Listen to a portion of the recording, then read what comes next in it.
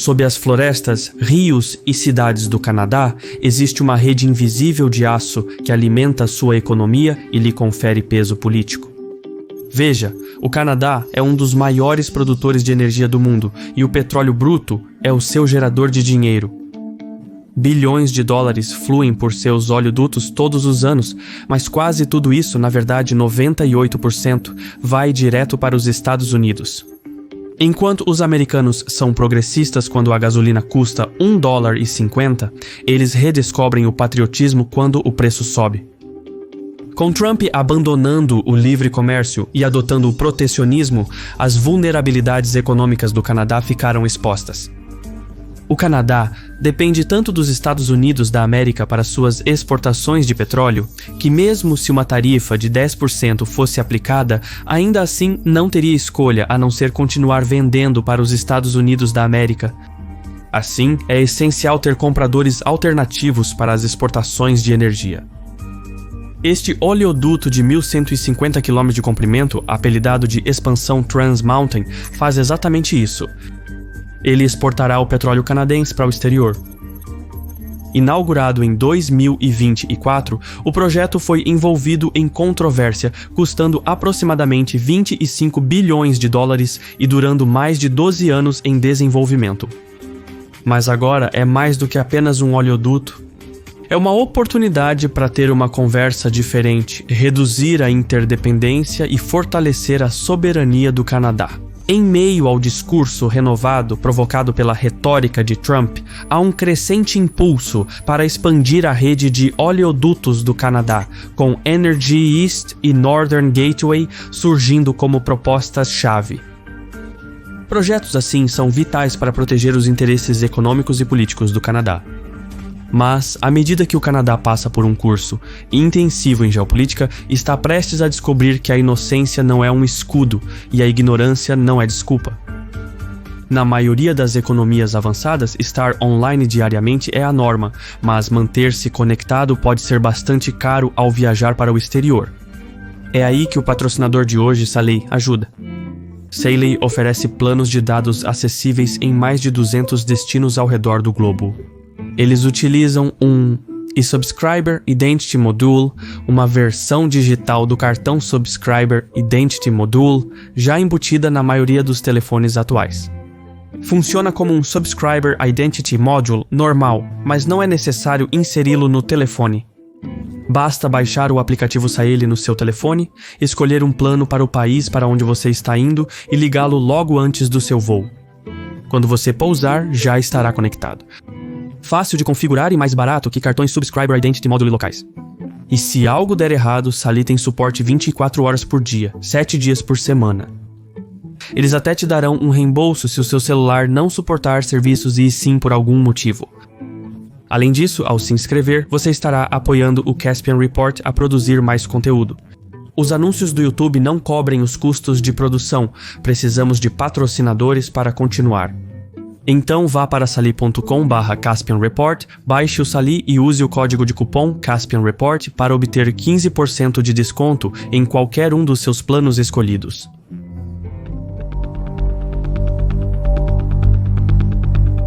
O petróleo e o gás compõem 5% da economia do Canadá e é uma das poucas indústrias em crescimento no país.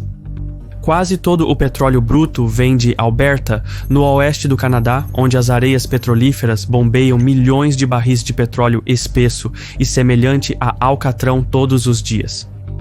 Contudo, em vez de ser enviado para compradores globais, a maior parte desse petróleo é exportada para os Estados Unidos, sobretudo para o centro-oeste. Por muito tempo, o Canadá estava bem com isso. Os Estados Unidos são um mercado massivo com um apetite insaciável por energia, então ambos os países passaram a depender um do outro. No entanto, em tempos recentes, essa interdependência se tornou cada vez mais prejudicial aos interesses do Canadá, e não apenas por causa de Trump e suas tarifas. Qualquer nação que aposta em um único comprador arrisca seu futuro, e operar em um único mercado fez cair o preço do petróleo bruto canadense. Está mais baixo do que deveria estar. Enquanto isso, grande parte da demanda global por petróleo está vindo cada vez mais da Ásia. O Canadá tem tentado vender mais petróleo lá por anos. No entanto, o problema é que a Alberta não tem litoral. Está a centenas de quilômetros de qualquer costa, tornando difícil o transporte de petróleo para o exterior. O original oleoduto Trans Mountain, construído em 1953, abordou essa questão. Tornou-se o único meio de transportar petróleo de Alberta para a costa do Pacífico para envios ao exterior. No entanto, nas décadas seguintes, a indústria de petróleo do Canadá cresceu mais rápido do que seus oleodutos podiam suportar. Para os Estados Unidos, aumentou proporcionalmente, mas acumulou-se um excedente de petróleo bruto. Nos últimos 10 anos, por exemplo, a produção de petróleo passou de 3 milhões e 700 mil barris por dia em 2014 para bem mais de 5 milhões em 2024. Havia muito espaço para alcançar novos mercados, ou seja, se a capacidade do oleoduto Trans Mountain pudesse ser expandida. Também em 2013, a gigante da energia Kinder Morgan propôs a atualização do oleoduto. A princípio, o projeto de expansão foi estimado para custar aproximadamente 4 bilhões de dólares, mas o valor aumentou substancialmente ao longo dos anos, devido a atrasos causados por protestos de grupos ambientais e indígenas. Em 2018, investidores privados eventualmente recuaram, considerando o projeto muito arriscado. Foi então que o governo interveio e comprou o oleoduto da Kinder Morgan. A administração Trudeau tinha um grande objetivo estratégico: depender menos dos Estados Unidos e vender petróleo no exterior por preços melhores. O Canadá começou imediatamente a expandir sua infraestrutura.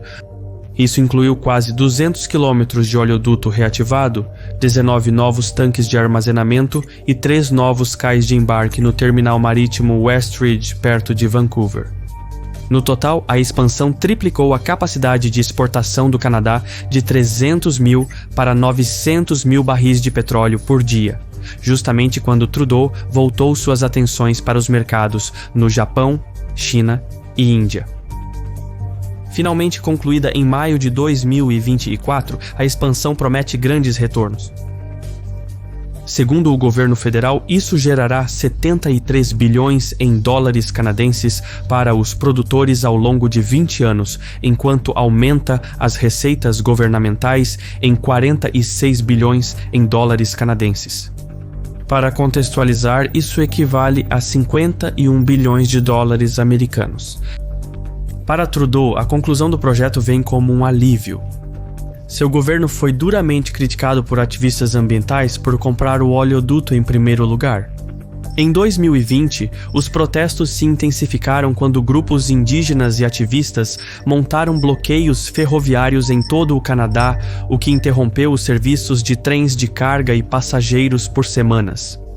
O impasse colocou uma pressão imensa sobre o governo e forçou negociações de emergência. Essas interrupções viraram símbolos do movimento maior contra a expansão dos combustíveis fósseis. Eles ressaltam que o aumento na produção de petróleo e gás prejudicaria os esforços do Canadá para reduzir as emissões de gases de efeito estufa e atingir o zero líquido até 2050. Não é preciso dizer que a construção de oleodutos no Canadá se tornou cada vez mais complicada, e a expansão do Trans Mountain pode muito bem ser a última do tipo. Os oleodutos traçam caminhos que a política não pode apagar. Embora a expansão do Trans Mountain tenha reduzido a interdependência do Canadá, os Estados Unidos são e continuarão sendo o maior cliente do Canadá. Mas isso não é tudo. O Canadá também depende dos Estados Unidos para a distribuição doméstica. Para esclarecer, Alberta construiu uma enorme rede de oleodutos para enviar seu petróleo para refinarias e portos, tanto no Canadá quanto nos Estados Unidos. No entanto, a maioria desses oleodutos passa ou vai direto para os Estados Unidos, até mesmo o petróleo de Alberta destinado ao leste do Canadá. Então funciona assim: o petróleo usado em Ontário e Quebec viaja por um oleoduto que vai do Canadá para os Estados Unidos e depois volta para o Canadá, e assim o Canadá depende não apenas do mercado único dos Estados Unidos da América para suas exportações, mas também da distribuição doméstica. Isso é uma má situação para se estar com Trump no poder. A única maneira de o Canadá superar isso é construindo mais oleodutos para suas costas e alcançando novos compradores. 2 planos anteriormente cancelados, Energy East e Northern Gateway, continuam surgindo novamente agora. A ideia é transportar o petróleo de Alberta diretamente para as costas do Pacífico e do Atlântico e depois exportá-lo para todo o mundo. Energy East é um projeto de oleoduto de 4.600 quilômetros que visa transportar mais de 1 milhão de barris de petróleo por dia de Alberta e Saskatchewan para refinarias e terminais de exportação no leste do Canadá, principalmente em New Brunswick. Enquanto isso, o Northern Gateway, com 1.173 quilômetros de comprimento, pretende transportar cerca de 500 mil de barris de petróleo de Alberta por dia para um terminal marítimo em Kitimat, British Columbia, para exportação para os mercados asiáticos. Se implementados, esses 2 projetos, assim como a expansão do Trans Mountain, fortaleceriam a soberania do Canadá, dando-lhe muito mais espaço para negociações com uma América protecionista. No entanto, o Canadá ainda enfrenta considerável oposição interna.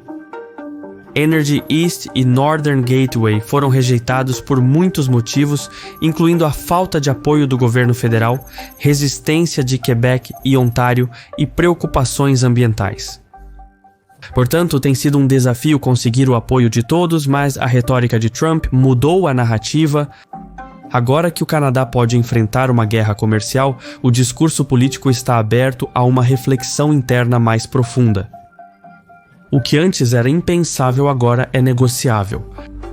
Se os legisladores canadenses alcançarem o consenso necessário, poderão construir a energia do leste, a porta de entrada do norte e fortalecer a resiliência de longo prazo do país. Por enquanto, tudo se resume ao impacto. Suponha que o impasse com Trump se intensifique e o Canadá comece a ter filas em postos de gasolina, escassez e outros problemas. Nesse caso, os legisladores canadenses podem decidir que a segurança do fornecimento é mais importante do que algumas das razões pelas quais eles se opõem a esses oleodutos. No entanto, a maior barreira é quem pagaria por esses oleodutos, já que os custos seriam astronômicos. Enquanto o Northern Gateway tem aproximadamente o mesmo comprimento que a expansão do Trans Mountain e, portanto, custaria cerca de 25 bilhões de dólares, o Eastern Energy é 4 vezes mais longo e provavelmente 4 vezes o preço. Além disso, as empresas envolvidas nesses 2 oleodutos cancelados, Enbridge para o Northern Gateway e South Bow para o Energy East, não têm interesse em reiniciá-los. Concedido se nenhuma empresa privada intervir, o governo federal poderia, como fez com a expansão do Trans Mountain. No entanto, a única maneira de o governo justificar projetos tão caros e controversos é se houver aprovação nacional para eles. Se o Canadá decidir fazer isso como nação, tem o poder de tornar isso realidade. Mas vai exigir muitos legisladores trabalhando em união para encontrar um terreno comum. Faz muito tempo que o Canadá fez isso. Com Trump no cargo, no entanto, há uma oportunidade para unir os canadenses. Recentemente, todos os 5 ex-primeiros-ministros vivos do Canadá emitiram uma carta aberta conjunta dizendo que testemunharam o surgimento do orgulho e patriotismo canadense diante das ameaças e insultos de Donald Trump. Assim, a liderança canadense poderia aproveitar o antagonismo de Trump para mobilizar seu público e construir a infraestrutura energética necessária para sua independência. Afinal, a hostilidade constrói pontes mais rápido do que a diplomacia. Eu fui seu anfitrião Shirvan do Caspian Report. Se você aprova o que fazemos, por favor deixe um comentário, clique no botão de curtir e talvez compartilhe o vídeo. De qualquer forma, obrigado pelo seu tempo e sawau!